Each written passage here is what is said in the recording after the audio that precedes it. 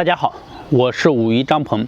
今天呢，我为大家讲一个拉伸我们膀胱经以及我们的肩胛骨和肩关节的动作。这个呢，它是非常好的。对于膀胱经的拉伸呢，它可以帮助我们提升阳气、祛湿减肥，效果是非常好的。我先给大家示范一下。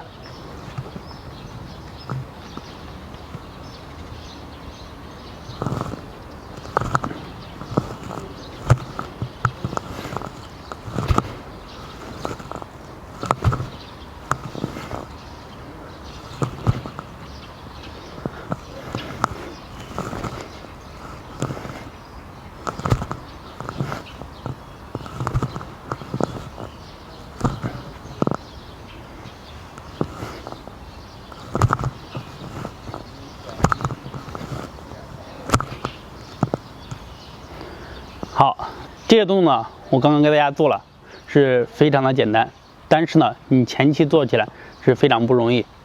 这个动作做起来呢，做好了也非常好看，给大家起一个名字叫企鹅飞。大家可以看看，特别的形象。我为大家详细的讲解，两脚分开，与肩同宽。好，身体呢一定要放松，也就是说，我在教你的这些锻炼之前呢，我告诉你的。你把身体放松下来，我们慢慢的去做，主要是把我们的气血呢给它调理好，然后让我们的经络给它疏通的更顺畅。好，两脚分开，与肩同宽。然后呢，脚尖垫起来的同时，手臂往后的时候呢，肩胛骨尽量的相在一起，往一起夹。好，因为前面可能看的不太清楚，看一下背面。好，两脚分开，与肩同宽，脚尖垫起来，手臂往后。好，落地的时候回到自然的落下来。好，好，垫起来啊，手臂往后落地。2，好，3、4、5、6、7、8、9，好，侧面的再看一下，两脚分开，与肩同宽。好，垫的时候，垫脚跟，手臂往后，肩胛骨相夹在一起。